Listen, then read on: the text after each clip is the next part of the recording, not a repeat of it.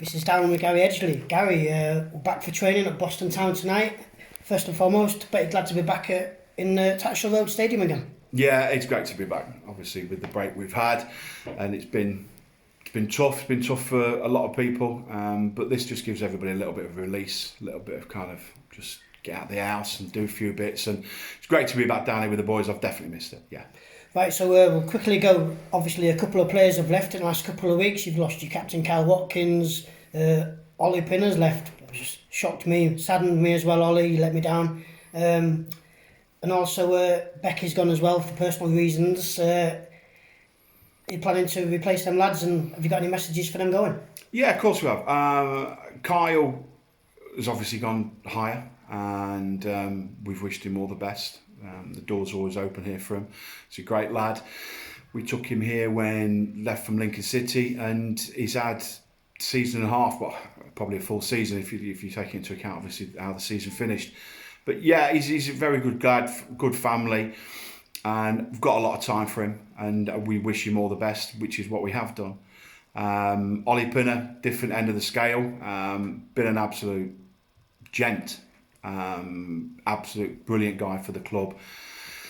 Been here for so many years, and he's going to be really, really missed by me on a personal note, missed by my players in the changing room, missed by my players and myself and the fans out there on the pitch. But we have to realise, obviously, time waits for no man, apart from maybe Laurie, because time never seems to catch up with him. But we've spoke with Ollie a few times, and it's kind of what it is. We have to move on now, and make plans, which we have done.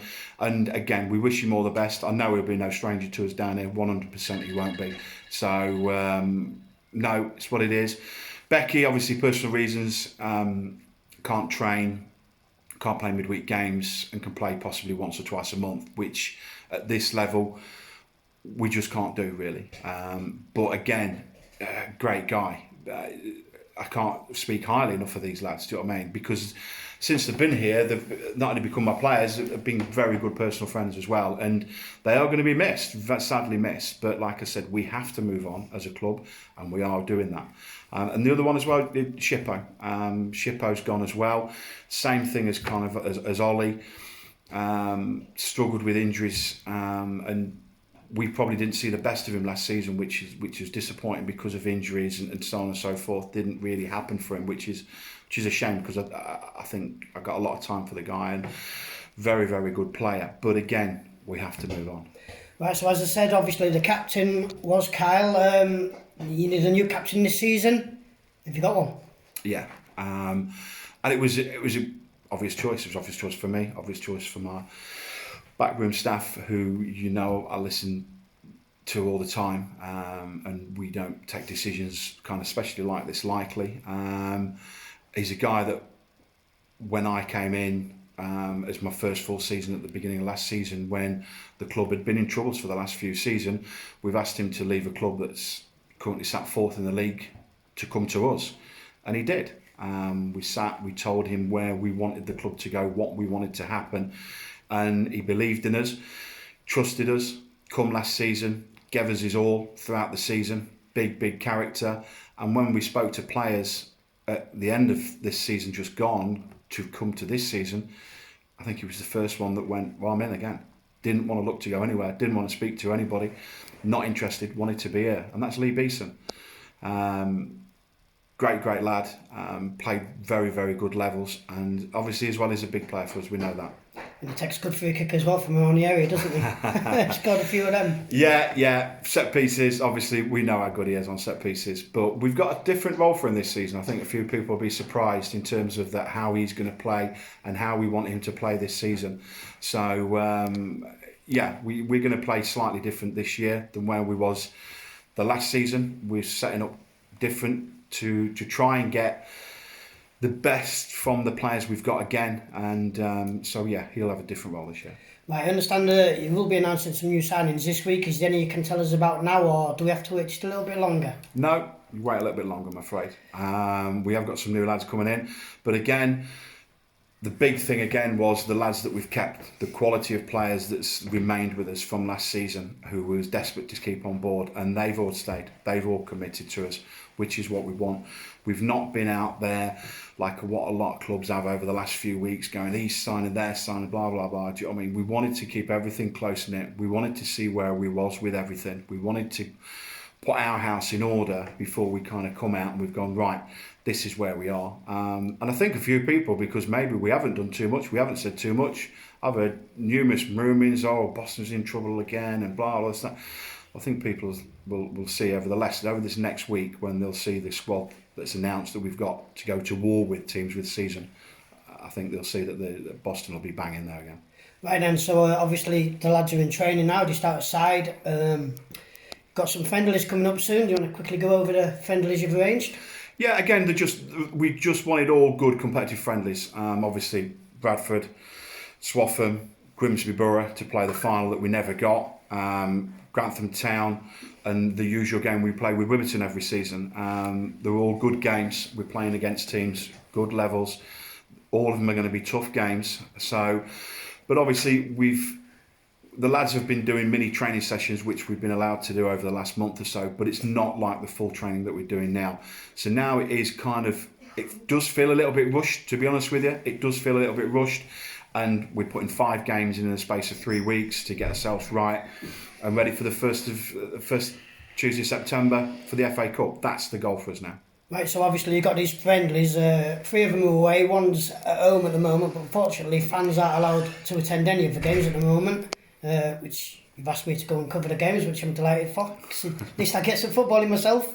But then, like you say, you've got the FA Cup. I think the draw's in a couple of weeks, isn't it now? I mean, what would you prefer if fans were allowed in? I mean, if it was an away type, potentially you could have a few fans down there. If it's at home, they might not be allowed any fans. I mean, what would you prefer? Yeah, it's hard. It's tough. It is tough. For me, if my own honest opinion is that I still think things are happening too quick.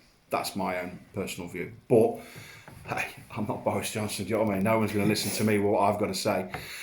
So we've just got to kind of deal with it. And it is going to be a miss not having fans, definitely. Hopefully, for that first FA Cup game, maybe they're going to be allowed. Again, things changing so much from week to week to week. But again, you've been down here yourself when we've had big games down at the ground, FA Cup games, league games, cup games. We get a good, healthy crowd in here. It's great atmosphere for everybody, for the players. I love it. It's brilliant. Plenty of banter on the sideline with the faithful. And for away games, we've been some of them away games we had in the FA Cup last season, travelling over to Norwich and these places, and we've still got people coming over to watch us, which is fantastic, the support they've shown us. I mean, if things don't change potentially for letting fans in, how long realistically do you think clubs in the UCL, and I mean, it's the UCL 1 as well, it's not just the Premier League, how long can them clubs sort of survive without getting any income through the bar, through admission and things like that? Not long. This is the issue. I mean, you think kind of like teams, we average about 80 for most home games, and we're reliant on that for officials, paying the costs that kind of are there for running grounds. And clubs, we need this. We need this revenue of money that's coming in. I mean, for me, I don't think it's a major issue down here because, again, we've got a big stadium down here. But obviously, I know not all grounds are like that. But in terms of ourselves, putting 100 people through the gate, a metre apart, is real no kind of issues really down here. But as again, the main thing is people's safety, and it's just such a real strange period of time, and I don't think anybody that says they got their head around it, I think they're liars, because I don't think anybody can, because I say everything changes from day to day. Who knows, tomorrow we might have a full lockdown again. We don't know. We just don't know. So we're just having to take day for day at the minute. Right, and just one quick last thing, the pitch outside, it's had a lot of work done it. The chairman's been down there, he's had a lorry down here, a couple of other volunteers have been down here chucking 80 tonnes of earth about and reseeding it and weeding it and everything else. It's looking quite good out there, isn't it? Yeah, it is, and they've done an awful lot of hard work on this. The outside training pitches as well. It's not just the point of having a really good pitch, you want the good training pitch as well.